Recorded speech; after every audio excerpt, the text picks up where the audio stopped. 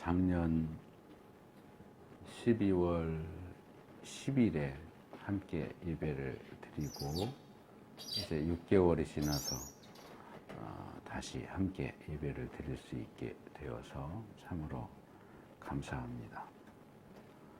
지난 월요일에 퇴원을 했는데 다 나아서 퇴원한 게 아니고 한 병원에 계속 입원해 있을 수 있는 일수가 180일인데 그 일수도 작고 약 처방 받는 문제도 있고 그래도 염증 수치도 많이 떨어지고 환부 상태도 좀 호전되어서 이런저런 것들이 복합적으로 작용을 해서 퇴원을 했습니다.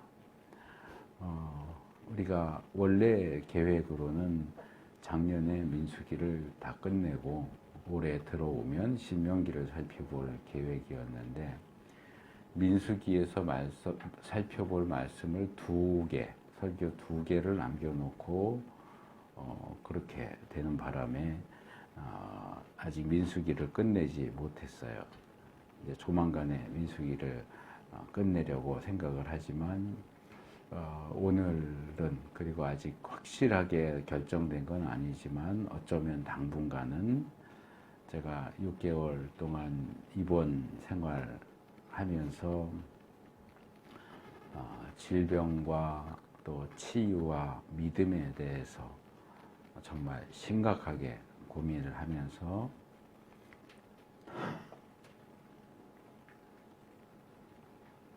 퇴원을 하면 그 주제를 가장 먼저 나눠야 되겠다 생각을 했던 것이 있기 때문에 오늘 그 내용을 좀 나누면서 성경이 뭐라고 말하는가 하는 것을 말씀드리려고 합니다. 지금 읽어주신 요한복음 6장 25절에서 29절 그 앞에도 사건이 있고 그 뒤에도 사건이 있는데 그 앞에 나오는 사건은 너무나 잘 알려진 오병이어 사건입니다. 오병이어 사건 이후에 오늘 본문은 그 다음 날 예수님과 예수님을 따르는 무리들 사이에서 어떤 대화가 오갔는가. 이제 그 앞부분이고 오늘 선택한 본문 뒤로 넘어가면 결국 그래서 어떻게 되었는가 하는 내용이 함께 나옵니다. 전날에 오병이어 사건을 그 기적을 체험한 사람들이 다음 날에도 예수님을 찾았는데 찾을 수가 없었어요. 제자들도 안 보이고 예수님도 안 보이고 하니까 한번 찾아봐라. 어디 계신가? 막 수소문을 하다가 예수님이 이 갈릴리, 원래는 호수지만 유대인들은 바다라고도 불러요. 갈릴리 바다 건너편에 계신다 하는 것을 알아내고 바다 건너편까지 쫓아옵니다. 그리고 예수님을 만나서 25절에 보면 이 질문을 하죠. 선생님, 언제 여기에 오셨습니까? 언제 오셨습니까? 그러면은 어젯밤에 왔다든지 새벽에 왔다든지 이러면 되는데 예수님은 전혀 다른 내용을 말씀을 하시죠. 내가 진정으로 너희에게 말한다 라고 말문을 여세요. 여기 진정으로는 예전 개역에서는 진실로 이렇게 번역했던 단어인데 헬라어로 아멘이에요. 그러니까 우리는 보통 누군가 기도를 하거나 설교 중에 은혜를 받고 그 내용에 동의하면 아멘을 하잖아요. 기도 끝에 아멘을 하죠. 이건 유대인들도 똑같아요. 기도 끝에 아멘하거나 찬양 끝에 아멘하거나 말씀을 들으면서 아멘하거나. 그런데 희한하게 예수님은 말씀을 시작할 때 아멘을 하세요. 그러니까 아멘, 진실로 너에게 이르노니 그러면 아멘, 에고, 레고, 휘민 이렇게 되는 거고 진실로 하면 아멘. 그러니까 예수님이 뭔가 말씀을 하시는데 그 말씀 앞에서 아멘을 붙이시는 것은 이런 거예요. 이건 굉장히 중요한 얘기다. 굉장히 중요하고 정말 너희가 귀담아 들어야 되는 그런 내용이다 라고 하는 것을 먼저 툭 던지시고 나서 이어서 뭐라고 말씀하시냐면 너희가 나를 찾은 것은 표징을 보았기 때문이 아니라 빵을 먹고 배가 불렀기 때문이다 라고 하시죠. 이 우리가 사용하는 표준 세번역이 각조를 보면 표징이라고 되어 있는 부분에 표시가 있고 밑에 각주에 예수의 신성을 보여주기 위한 상징으로서의 기적이다 이렇게 설명이 되어 있습니다. 그래서 복음서에 기록되어 있는 예수님이 행하신 기적들, 이적들은 전부 다 표징이고 표적이다. 그러니까 이적, 기적 그러면 이제 영어로 말하면 미러클이죠. 놀라운, 일반적으로 우리가 볼 수 없는 놀라운 일. 그런 놀라운 일을 행하셨는데 그건 놀라운 일 자체의 의미가 있는 게 아니고 그 행하신 놀라운 일은 표징이고 표적이다. 사인이다. 제가 사인 얘기 몇 번 말씀을 드렸어요. 운전하고 가다 보면 표지판이 나오잖아요. 여긴 뭐 좌회전 금지입니다. 뭐 비보 좌회전입니다. 뭐 직진 안 됩니다. 이거예요. 그러니까 예수님의 말씀을 또는 이적을 보면서 아 이게 왼쪽으로 가라는 거구나. 오른쪽으로 가라는구나. 어떻게 하라는 얘기구나 하는 그 사인을 제시하기 위해서 이적과 기적이 행해졌다는 겁니다. 그래서 예수님께서 행하신 이적과 기적을 통해서 자신이 하나님이시라는 사실을 증거하려고 하신 거예요. 그럼 예수님이 이적과 기적을 통해서 내가 하나님이다라는 사실을 증거하신 의도와 목적이 뭘까요? 이어지는 27절에서 29절 내용을 요약하면 이런 거예요. 하나님의 일을 해라. 이 이적과 기적을 보고 너희가 하나님의 일을 해라. 그러면 예수님 하나님의 일은 뭡니까? 29절에서 이렇게 얘기하시죠. 하나님께서 보내신 일을 믿는 것이 곧 하나님의 일이다. 그러니까 예수님이 행하신 이적과 기적의 목적은 뭐다? 예수님을 믿게 만드는 거다. 그러니까 전날에 오병이어의 기적을 체험한 사람들이 마땅히 보여야 하는 반응은 아 예수님이 하나님이구나. 예수님을 믿는 것이 마땅한 반응이었다 하는 겁니다.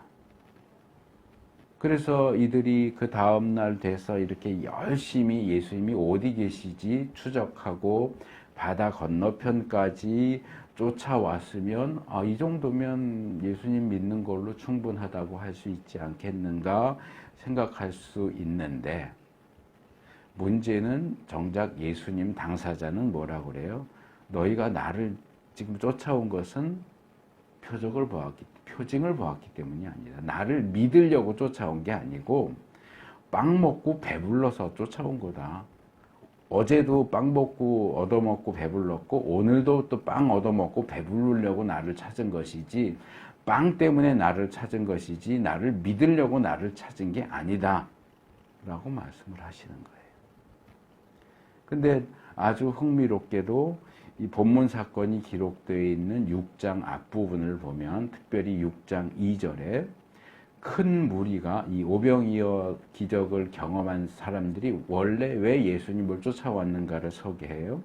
큰 무리가 예수를 따라갔다. 그것은 그들이 예수가 병자들을 고치신 표징을 보았기 때문입니다. 왜 쫓아왔다고요? 원래는 표징 보고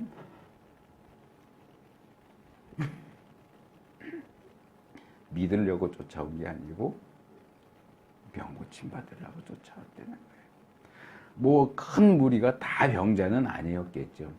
자기 병이 낫기 위해서 온 사람들도 있었을 거고 다른 사람 병 낫는 신기한 장면을 구경하려고 온 사람들도 있었고 그러니까 원래 이 사람들은 예수님을 왜 쫓아왔느냐? 병 고침 때문에 쫓아왔어요.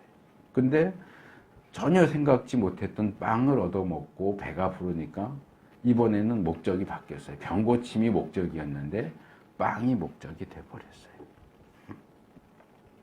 이 부분에서 우리가 이렇게 물을 수 있습니다. 그러면 우리가 질병의 치유를 위해서 예수님께 나오고 음식을 먹어서 배부르는 것을 원해서 예수님 앞에 나오는 게 그럼 잘못이냐? 우리가 예수님께 치유를 구하고 오늘의 양식을 구하고 또는 성공을 구하고 이런 것들이 그럼 잘못이냐? 실제적으로 보면 뭐 병의 문제, 뭐 식량의 양식의 문제 또는 성공의 문제, 뭐 이런저런 문제들 때문에 예수님 앞에 나왔다가 참된 믿음을 가지는 사람들도 적지 않고, 실제로 성경을 보면 하나님도 예수님도 질병을 치유해 주시고 먹을 것을 공급해 주시고 우리를 풍성한 삶으로 인도해 주신다고 하지 않았느냐? 그럼 도대체 뭐가 문제냐? 질병의 치유, 여기 6장에 두 가지가 나왔으니까 그걸 대표적으로 말씀을 드릴게요. 질병의 치유나 빵을 얻어먹고 배부른 것을 원해서 예수님 앞에 나오는 것을 그건 틀렸어, 잘못됐다 라고 말할 수는 없다고 생각을 합니다.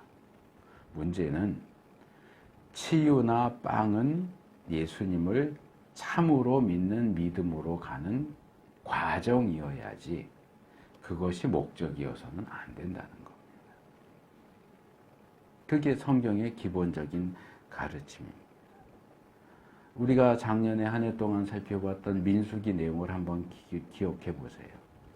자, 하나님께서 광야를 지나가는 이스라엘에게 먹을 거 주셨습니다. 만나 주시고 메추라기 주시고 물 주셨어요. 자, 그거 만나와 메추라기가 목적입니까? 이스라엘 백성이 광야에서 만나 얻어먹고 메추라기 얻어먹는 게 목적입니까? 아니요. 가나안 땅 가는 게 목적이에요. 만나와 메추라기는 광야를 통과하기 위해서 어떤 수단으로서, 과정으로서 주어진 것이지 광야에 계속 머무르고 있으면서 만나 얻어먹고 메추라기 얻어먹는 게 목적이어서는 안 된다는 거예요. 여기 만나 공짜로 얻어먹고 농사 안 지어도 메추라기도 먹고 다 먹으니까 너무 좋다. 우리 그냥 광야에 눌러 살자. 그건 잘못된 거죠. 근데 우리가 여러 차례 살펴봤지만 먹을 것이 없다고 원망하고 불평해서 만나를 줬어요. 그랬더니 뭐라고 그래요? 이제까지 그거 먹고 생명을 유지했던 이스라엘 백성들이 민수기 21장 5절에 보면 이 만나 이거 보잘것없는 음식 질렸다 그래. 보잘것없는 음식이래요. 먹을 거 없다고 만나를 주니까 이제 만나는 질렸고 고기 먹고 싶다고 그래서 메추라기 주니까 그 다음에 또 뭐라고 그래? 아우 입맛이 너무 없어. 애굽 땅에서 먹었던 오이, 수박, 부추, 파, 마늘, 민수기 11장 5절에서 6절 그거 먹고 싶어. 그래. 그거 내놓으래요. 하나님이, 예수님이 우리에게 음식을 주시고 질병을 고치시기 위해서 존재하시는 분입니까? 물론 하나님의 자녀인 우리가 우리의 아버지이신 하나님께 양식을 구하고 치유를 구하는 것, 그것을 기대하는 것 전혀 잘못된 거 아니에요. 충분히 그럴 수 있어요. 좋아요. 그런데 흔히 드는 예로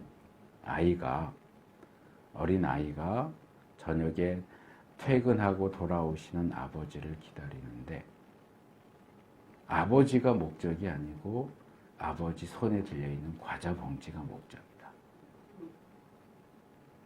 아버지는 거들떠 보지 않고 아버지 손에 들린 과자 봉지 뺏어서 자기 방에 들어가서 과자 먹고 앉아있다. 뭐 아이는 그럴 수 있어요. 근데 우리가 하나님을 대하고 예수님을 대하는 태도가 하나님, 예수님은 안중에 없고 예수님 손에 들린 과자, 빵, 치유 이것이어서는 안 된다는 거예요. 우리가 사람이 과연 하나님께서 어디까지 어느 만큼 주시면 만족할 수 있을까요? 이제는 빵 안 주셔도 돼요. 이제는 치유해 주시지 않아도 돼요. 그래도 내가 하나님 믿을게요. 예수님 믿을게요. 그렇게 될 거예요. 우리와 하나님과의 관계에서 누가 주고 누가 객입니까?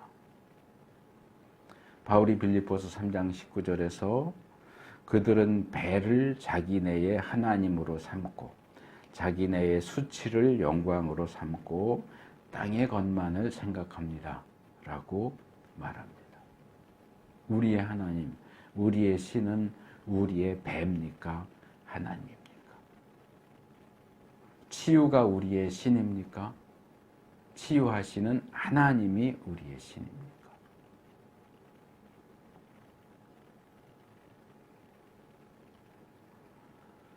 예수님께서 표징에 대해서 그리고 암시적으로 믿음에 대해서 하나님이 보내신 자 예수님을 믿는 믿음에 대해서 말씀을 하시니까 이 사람들이 다시 물어요. 30절에서 우리에게 무슨 표징을 행하셔서 우리로 하여금 보고 당신을 믿게 하시겠습니까? 당신이 하시는 일이 무엇입니까? 그래요? 그럼 믿을게요. 그러면 우리가 믿을 수 있게 표징을 보여주세요. 어떤 표징 보여주실래요? 여전히 표징을 얘기하지만 믿겠다고 얘기를 하는 것 같아요. 이 질문만 보면 이 사람들이 그동안 치유와 빵에만 정신이 팔렸다가 이제는 예수님 말씀을 듣고 표징과 믿음에 관심을 갖기 시작했구나. 이제 방향을 제대로 잡은 것 같다라고 생각할 수 있는데 곧바로 이어지는 30절 하반절 말씀을 보면 이렇게 얘기하죠. 그는 하늘에서 빵을 내려서 그들에게 먹게 하셨다. 이건 시편 말씀을 인용한 거고 그는 모세를 가리키는 겁니다. 모세는 하늘에서 만나를 내려서 광야에 이스라엘 백성을 먹게 했다라고 성경에 기록되어 있는데 그래서 우리 조상들은 광야에서 만나를 먹었어요. 그러면 예수님은 우리에게 뭘 먹게 주실 겁니까? 어제처럼 빵 주실 겁니까? 물고기 주실 겁니까? 표징과 믿음에서 다시 빵으로 돌아가고 있어요. 그래서 이걸 그냥 어떻게 보면 관심이 자꾸 바뀌는구나. 빵에서 표징과 믿음으로 바뀌었다가 다시 표징과 믿음에서 만나로 빵으로 다시 관심사가 바뀌는구나 라고 볼 수도 있지만 저는 제가 볼 때는 아닌 것 같아요. 제 생각에는 관심이 바뀐 게 아니고 처음부터 믿음에는 관심이 없었어요. 치유에 관심이 있고 빵에 관심이 있는 거예요. 원래부터 치유 때문에 예수님을 찾아왔고 빵 주니까 그 다음에 빵에 관심이 있는 거지 예수님이 표징 얘기하시고 믿음을 얘기하시니까 그 말을 받아서 표징이 뭡니까? 믿겠습니다 라고 말하지만 여전히 그들 머릿속을 가득 채우고 있는 건 빵이에요. 제가 너무 비판적으로 본다고 생각하실 수도 있는데 그런지 아닌지 이어지는 본문을 좀 더 살펴보겠습니다. 일단 예수님은 그들이 표징으로 주장하는 만나에 대한 그들의 오해를 지적하시죠. 잘못된 시각, 잘못된 관점을 지적하세요. 32절에 여기 또 나오죠. 내가 진정으로 아멘 아멘 너에게 말한다. 하늘에서 너에게 빵을 내려다 주신 이는 모세가 아니다. 하늘에서 참 빵을 너희에게 주시는 분은 내 아버지시다. 하나님의 빵은 하늘에서 내려와 세상에 생명을 주는 것이다. 라고 말씀하세요. 이게 예수님 무슨 말씀을 하시는 것 같습니까? 이 말씀을 어떻게 읽으십니까? 어떻게 이해하십니까? 저는 이렇게 봐요. 만나나 너희가 너희 조상에게 만나를 주었다고 알고 있는 모세가 중요한 게 아니고 하나님이 중요하다. 그 만나는 만나가 아니고 하늘에서 내려오는 빵, 하나님께서 주셔서 생명을 주는 빵이라고 하는 게 중요한 거지 만나를 먹었다가 중요한 게 아니다. 모세가 그걸 줬다. 그게 중요한 게 아니야. 하나님이 주신 거고 하나님의 의도와 목적은 너에게 생명을 주는 게 목적이야. 한문 사자 성어 중에 견월망지라는 표현이 있어요. 견월, 달을 보았으면 망지, 손가락을 잊어버려라. 좀 이제 어려운 표현인데 좀 더 쉬운 표현으로 사용되는 건 이거죠. 왜 달을 보라고 손가락으로 달을 가리켰는데 달은 안 보고 손가락만 보느냐 이거죠.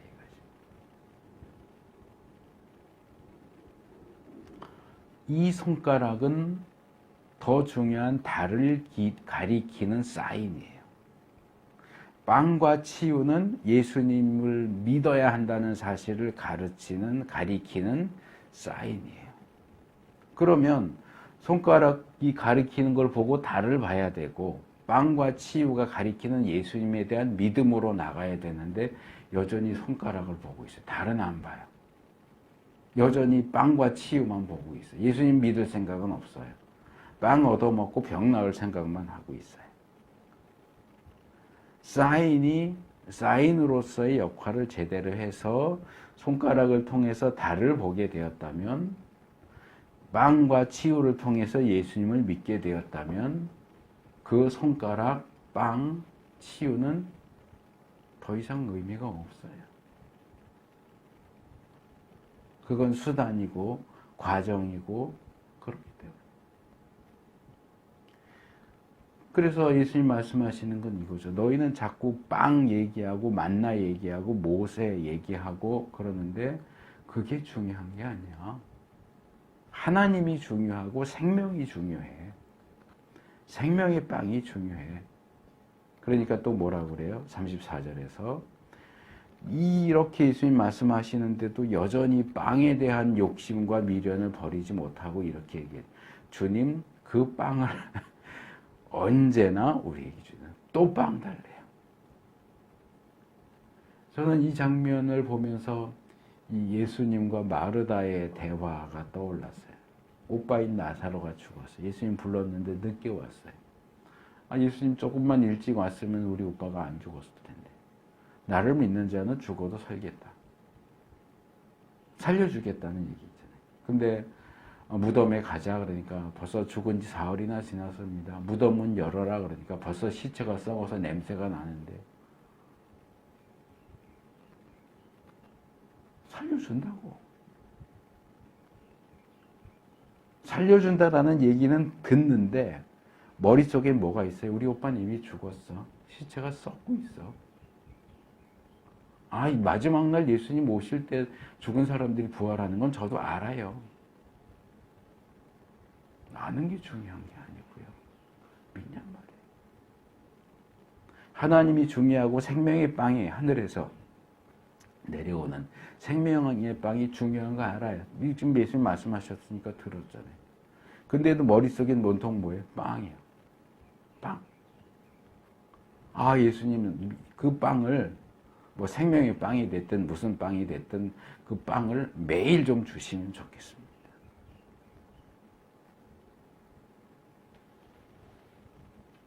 그랬더니 이제는 예수님이 아예 돌직구처럼 직접적으로 말씀을 하시죠. 35절 내가 생명의 빵이다.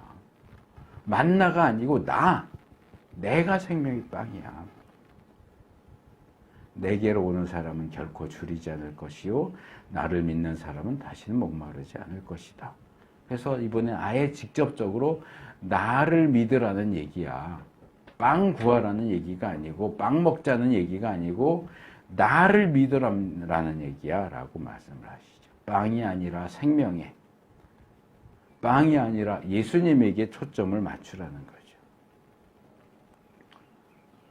우리가 선택하지 않은 이후의 본문을 보면 하늘에서 내려온 생명의 빵에 대한 예수님의 말씀과 그 말씀을 들은 무리들 그리고 제자들의 반응을 길게 보도합니다. 그래서 요약하면 대표적으로 두 개의 반응이 나와요. 첫째는 60절과 61절인데 예수님의 제자들 가운데서도 여러 사람이 이 하늘의 빵에 대한, 생명의 빵에 대한 예수님의 말씀을 듣고서 이 말씀은 너무 어렵다. 그냥 빵 주면 먹으면 되는데 이게 뭐 빵이 만나고 만나가 하늘의 양식이고 생명의 빵이고 이 말씀 너무 어려워. 누가 알아들을 수 있을까 하면서 서로 수군거렸다.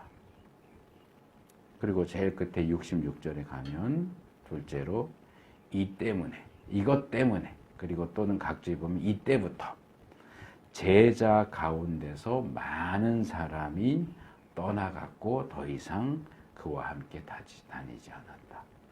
많이 알려진 너희도 가려느냐라는 질문이 이 상황에서 나온 거예요.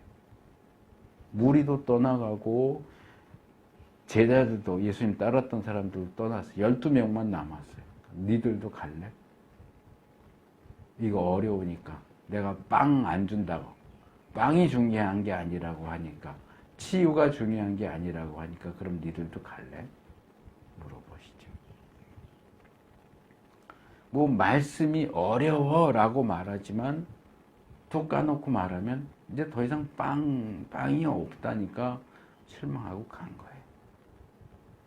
우리는 어떻습니까? 우리가 하나님께, 예수님에게 기대하는 질병의 치유, 일용할 양식, 그래서 빵을 먹고 배부르는 것이 우리에게 주어지지 않는다면 우린 여전히 예수님 곁에 붙어 있을까요? 아니면 예수님을 떠날까요? 다니엘 3장 18절에 다니엘의 세 친구들이 불 속에 던져질 위기에서 그렇게 말하죠.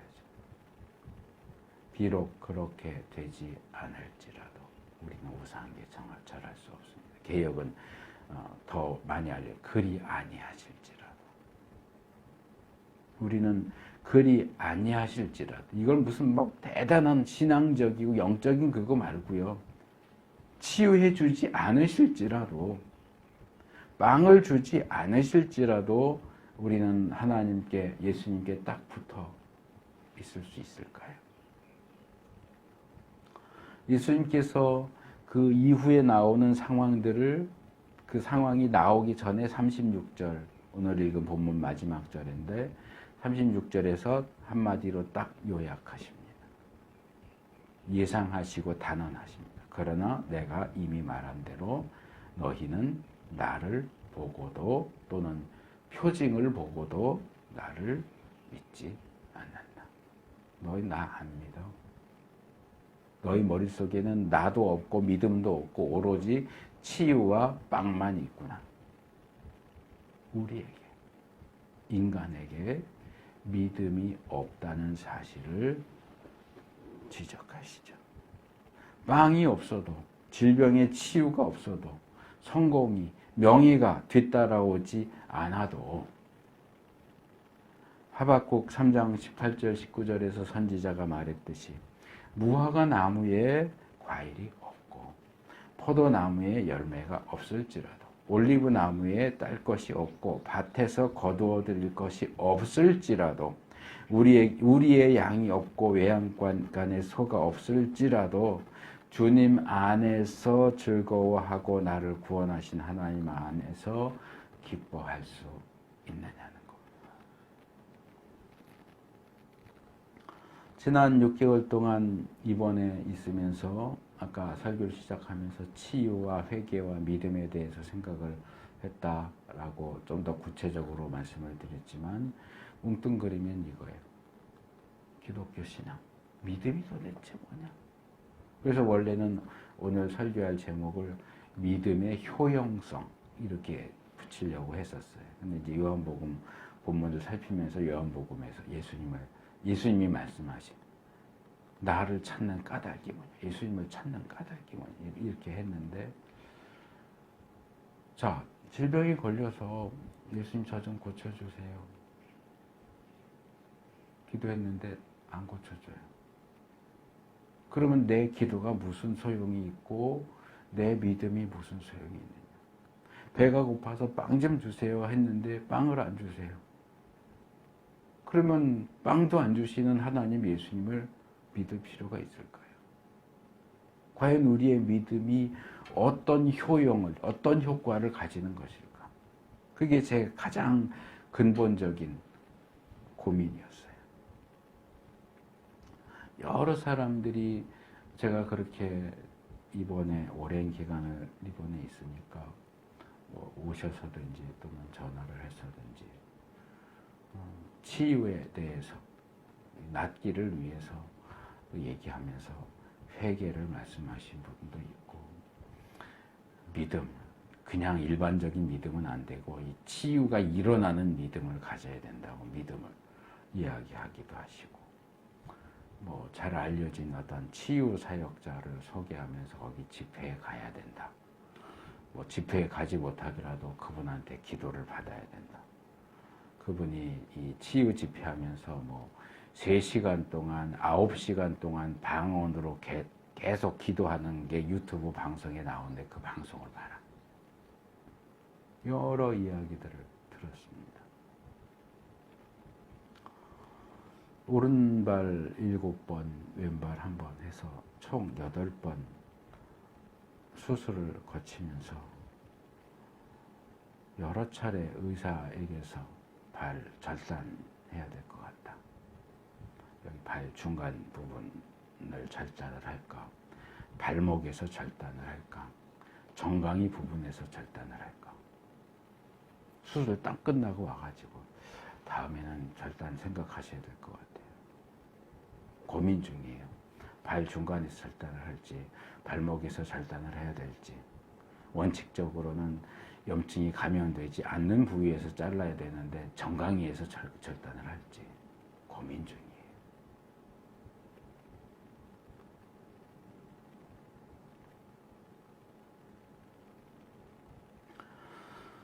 6개월 동안 옆에서 간호하는 저희 집사람, 가족들, 또 저를 아시고 안타까워하시고 염려하시고 기도하시는 여러분들이 정말 얼마나 안타깝고 힘들어 했는지 압니다.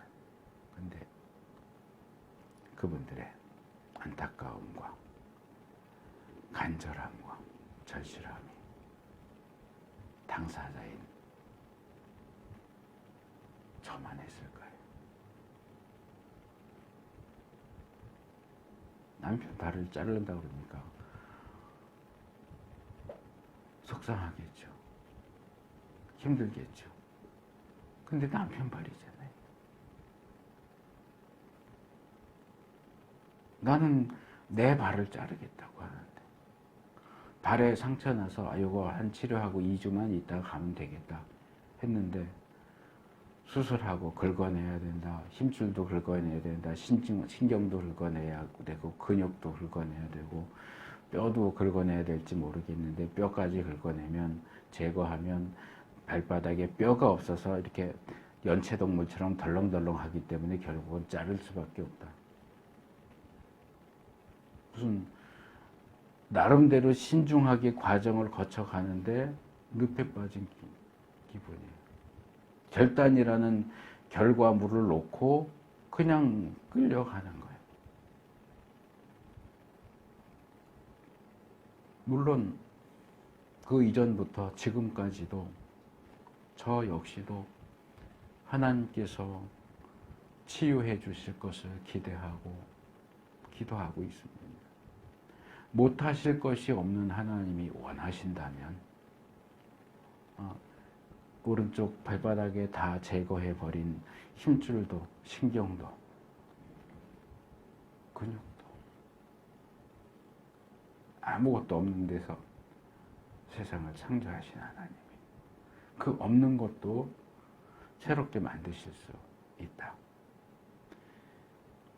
제가 너무 흉해서 사진을 공개를 잘 안 했는데 너무 수술을 반복하다 보니까 오른발 새끼 발가락이 발바닥 중간쯤으로 내려앉았어요. 얼핏 사진을 보면 발가락이 4개만 있는 것처럼 보여요. 그리고 하도 쪼이니까 이 발가락이 발바닥 쪽으로 이렇게 밀려 들어가서 자세히 보지 않으면 이게 발바닥인지 아닌지 알 수 없게 돼 있어요.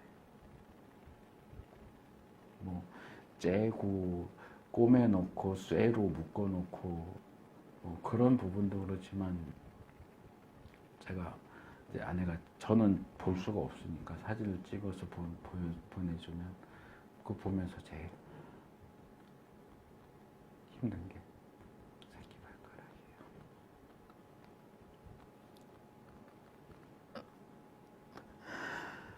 그런데 하나님이 원하시면 그것도 원상복구될 거라고 믿고 기도해요. 간절하게 기도해요.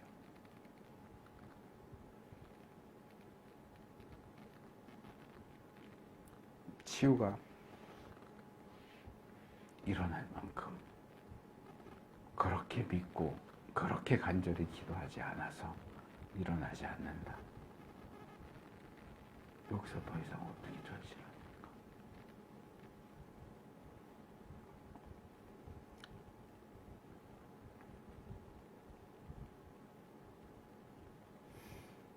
그런데 하나님이 제 발을 고쳐주시지 않으면 본문에 나온 사람들처럼 더 이상 예수님하고 같이 다니지 않아도 될까요? 그런 나 고쳐주지 않는 하나님 예수님 더 이상 안 믿어.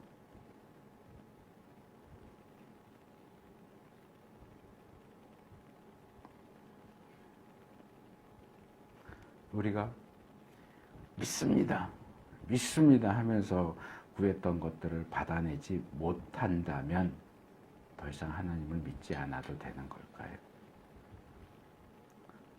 우리는 도대체 왜 예수님을 찾는 걸까요? 우리가 예수님을 찾고 예수님을 믿는 까닭이 뭡니까? 예수님이 너희가 나를 찾는 까닭을 말씀해요. 우리가 예수님을 찾는 까닭이 뭐예요? 예수님을 믿는 까닭이 뭐예요? 하나님이 우리의 문제를 해결해 주시지 않는다면 하나님을 향한 우리의 믿음은 더 이상 의미가 없는, 포기해버려도 되는 것이 될까요?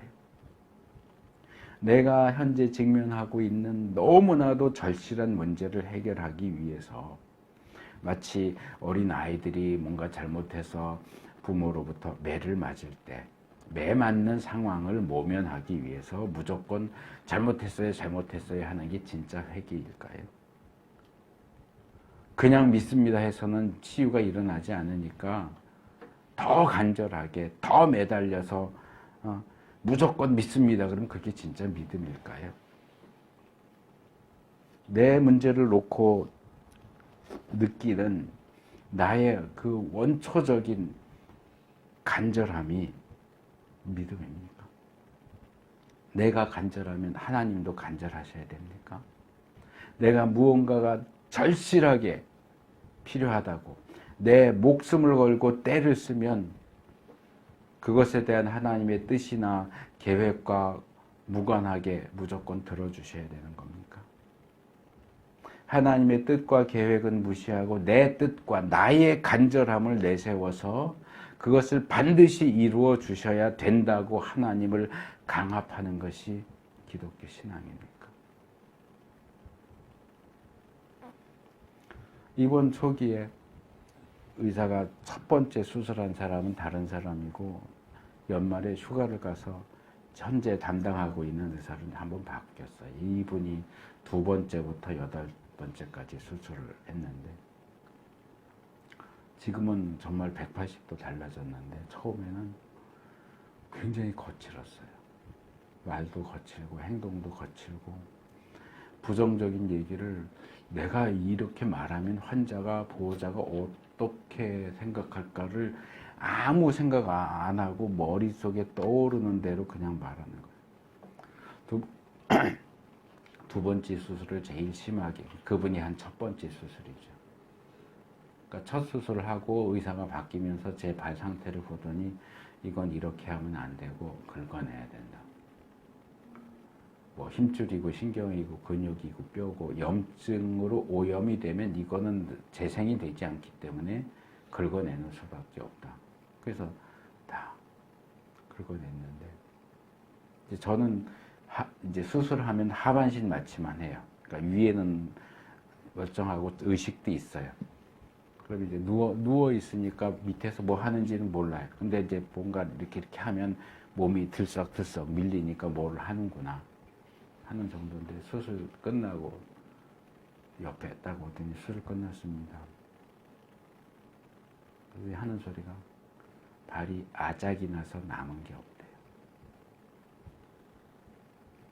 금방 수술 끝났는데 와서, 김종기님 발이 아작이 나서 남은 게 없네요. 이래. 그리고 이제 다음 날은 저희 집사람이 있는데 병실로 회진을 와가지고 내가 김종기님 발을 난도질을 해서 너덜너덜해졌대요.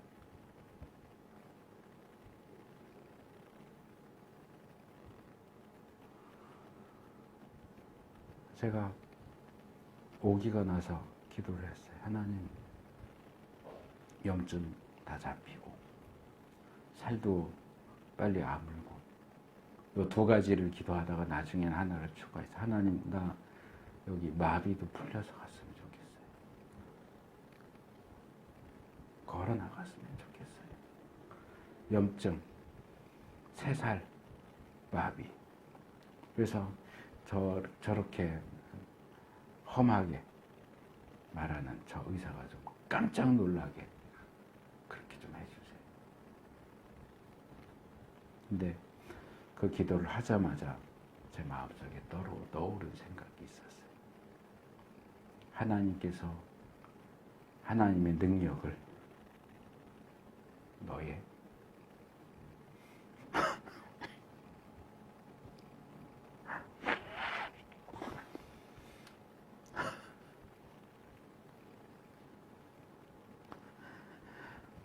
하나님께서 하나님의 능력을 너의 통폐함을 위해서 쓰시냐? 너 통폐하라고 하나님 능력 쓰시라는 거냐? 성경에 보면 하나님은 하나님의 나라를 위해서, 하나님의 영광을 위해서 능력을 쓰시지 않았냐?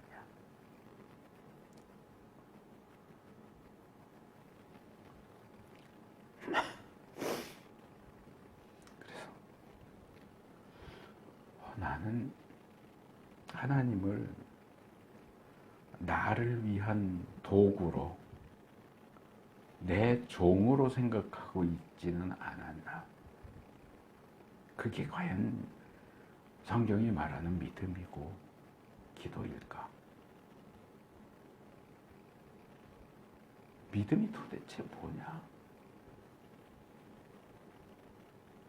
이런 상황 속에서 내가 하나님을, 예수님을 믿는다는 게 과연 무슨 효용이 있고, 나는 그 믿음을 어떻게 대해야 될까? 대해야 할까? 우리가 예수님을 찾는 까닭, 우리가 예수님 하나님을 믿는 까닭이 무엇입니까? 복음의, 믿음의 치유나 공급을 비롯한 풍성한 삶이 포함되는 거 맞습니다. 치유 구하는 거 잘못됐다고 얘기하는 게 아니에요. 양식을 구하는 게 잘못됐다고 얘기하는 게 아니에요. 또 그러한 것들을 공급받으면서 참 믿음의 길, 참 생명의 길로 들어오는 이들이 있다는 것도 사실이고 인정합니다. 그런데 앞에서 말했듯이 그것들은 수단이고 과정이에요. 이거 주면 믿고 이거 안 주면 안 믿을 거예요. 나 안 고쳐주면 나 교회 안 나가요. 나 경제적으로 궁핍해서 잘 못 먹는데 내 경제 문제 해결해 주지 않으면 나 더 이상 하나님 안 믿을 거예요. 저녁에 과자 봉지를 들고 들어오지 않고 빈손으로 들어오는 아빠는 아빠가 아니야 라고 말하면 어떻습니까? 나는 아빠보다 아빠 손에 들려있는 과자가 더 중요해. 나는 하나님보다 예수님보다 치유가 더 중요하고 빵이 더 중요하고 내 성공이 중요하고 내 계획이 이루어지는 게 더 중요해. 그거 안 해주면 하나님도 필요 없어요. 우리가 아까 찬양 불렀죠. 주 예수보다 더 귀한 것은 없네. 세상 부귀와 바꿀 수 없네. 세상 명예와 바꿀 수 없네. 세상 행복과 바꿀 수 없네. 치유와도 바꿀 수 없고 빵과도 바꿀 수 없고 주 예수보다 더 귀한 것이 없습니다. 이것이 우리의 고백이 되어야 합니다. 이것이 성경적인 신앙이고 올바르고 건전한 신앙. 이 말씀에 우리 각자의 신앙을 비추어 보고 올바르고 건전하며 성경적인 신앙의 길, 생명의 길을 걸어가는 우리 모두가 될 수 있기를